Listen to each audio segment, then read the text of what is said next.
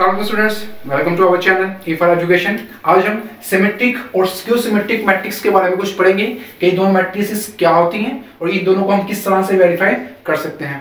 My name is Ali Zaheer, so let's start. ये 1.3 का question number 8 है। इससे पहले जो 7 क्वेश्चंस थे वो हम प्रीवियस लेक्चर में जो है वो डिस्कस ऑलरेडी कर चुके हैं। अगर किसी स्टूडेंट को उन क्वेश्चंस में कोई मसला है तो वो हमारी प्रीवियस वीडियो को जाकर दोबारा से देख सकता है, जिसका लिंक आपको नीचे डिस्क्रिप्शन में दे दिया जाएगा। सो लेट्स स्टार्ट कि कोई भी मैट्रिक्स सिमेट्रिक कब होती है और स्क्यू सिमेट्रिक कब कैसे होती है। जैसे यहाँ पे देखें क्वेश्चन नंबर 8 में हमें उसने क्वेश्चन दिया हुआ है, कहता है कोई मैट्रिक्स एक ए है और एक मैट्रिक्स बी है।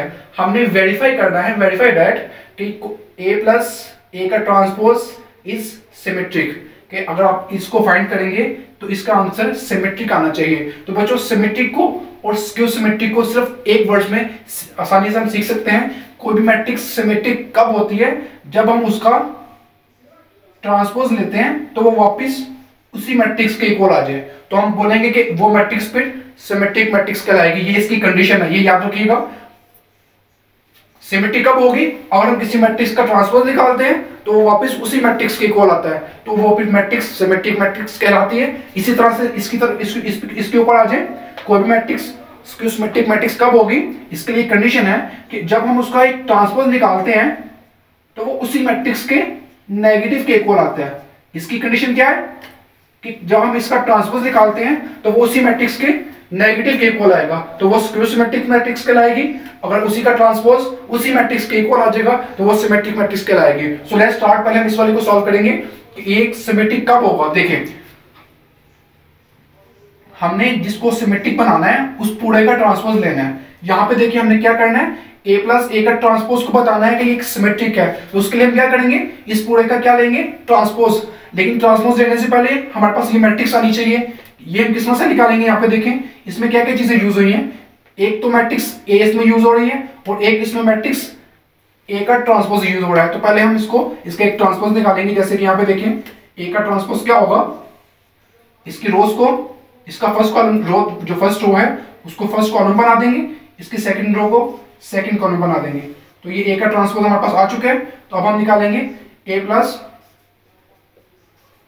ए का ट्रांसपोज। ये किस तरह से निकलेगा? यहाँ पे देखें ए मैट्रिक्स यूज हुई है, इसकी जगह पे मैं ए मैट्रिक्स लिख दूंगा।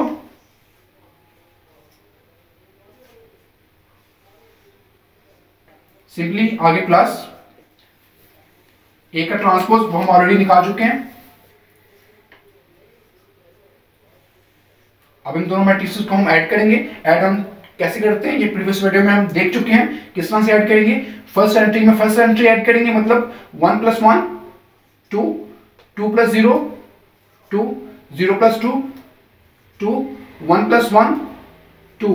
तो ये आपके पास एक मैट्रिक्स आ चुकी है जिसका नेम है a प्लस ए का ट्रांसपोज। ये हमने एक मैट्रिक्स, ये वाली इस पूरे का आंसर एक मैट्रिक्स की फॉर्म में हमने निकाल लिया। अब हमने क्या करना, क्या है कि इसको हमने सिमेट्रिक प्रूव करना था। तो सिमेट्रिक प्रूव करने के लिए क्या करना था, हमने उस मैट्रिक्स का ट्रांसपोज लेंगे तो वो वापस वही मैट्रिक्स आनी चाहिए। तो सिंपल हम इस वाली मैट्रिक्स का क्या लेंगे, इस वाली मैट्रिक्स का होल का ट्रांसपोज लेंगे। तो ट्रांसपोज क्या होता है, फर्स्ट रो को फर्स्ट कॉलम बना देंगे, सेकंड रो को सेकंड कॉलम बना देंगे। तो यहां पे देखें हमने इस मैट्रिक्स का ट्रांसपोज लिया तो ये वापस वही वाली मैट्रिक्स आ गई। तो इसका मतलब क्या है, ये कोई भी मैट्रिक्स का जब ट्रांसपोज लें वो वापस वही मैट्रिक्स आ जाए तो मतलब वो वाली मैट्रिक्स पे क्या होगी, सिमेट्रिक। तो ये यहां पे लास्ट में हम लिख देंगे हेंस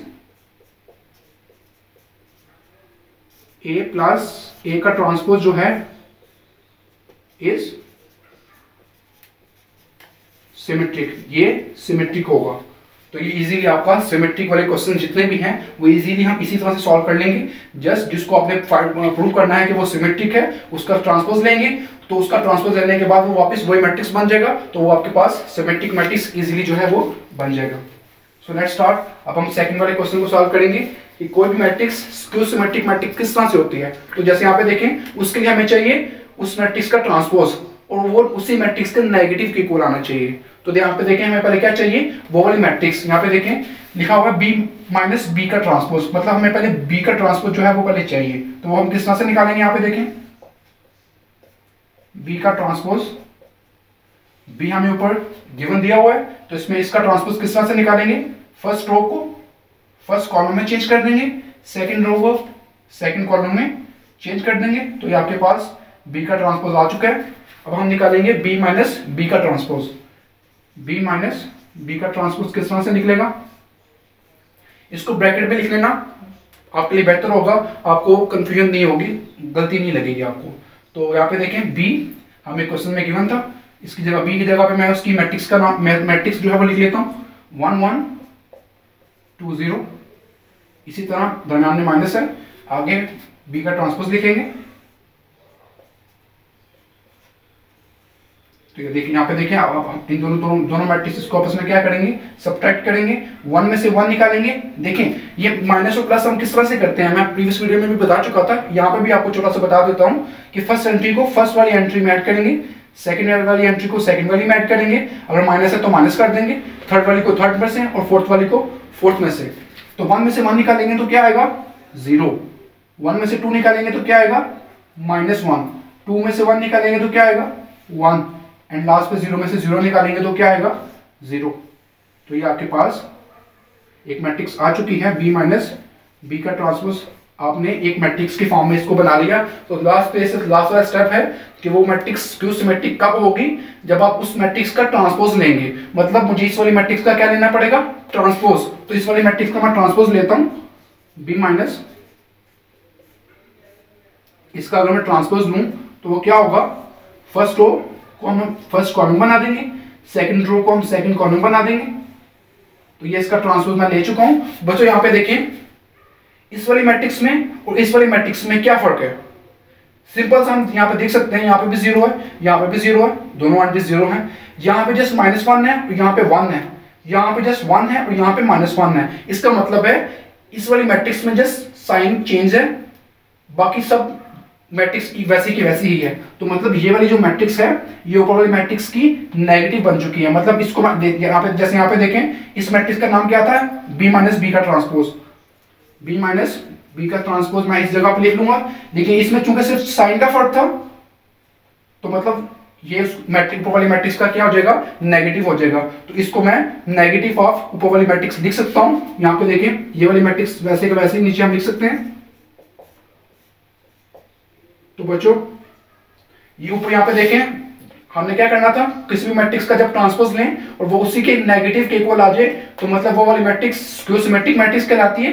यहाँ पे भी देखें मैंने ये चीज प्रूव करनी थी, मैंने उसका ट्रांसपोज लिया, वो उसका ट्रांसपोज जो था उसी मैट्रिक्स के नेगेटिव के इक्वल आता था, आगे आ चुका था। तो मतलब हमारे पास जो गिवन मैट्रिक्स दी हुई थी वो एक स्क्यू सिमेट्रिक मैट्रिक्स था। यहाँ पे हम लिख लेंगे हेंस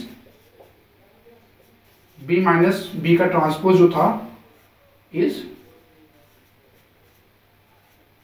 स्क्यू सिमेट्रिक। तो यहां से हमने इजीली जो है जस्ट इन दो फॉर्मूलास, दो इक्वेशन के जरिए से हमने दोनों चीजों को प्रूव कर दिया कि कोई भी मैट्रिक्स सिमेट्रिक किस तरह से होती है। इजीली हम इस फॉर्मूला को अप्लाई करेंगे, अगर इक्वालिटी होल्ड कर जाएगी तो मतलब वो सिमेट्रिक होगा, अगर इसकी इक्वालिटी होल्ड कर जाएगी तो वो मतलब स्क्यू सिमेट्रिक मैट्रिक्स हो जाएगा। आई होप कि आपको आज का लेक्चर जो है वो अच्छे से क्लियर हो गया होगा। अगर आप लोग हमारे चैनल पर नए हैं तो सब्सक्राइब करना मत भूलिएगा।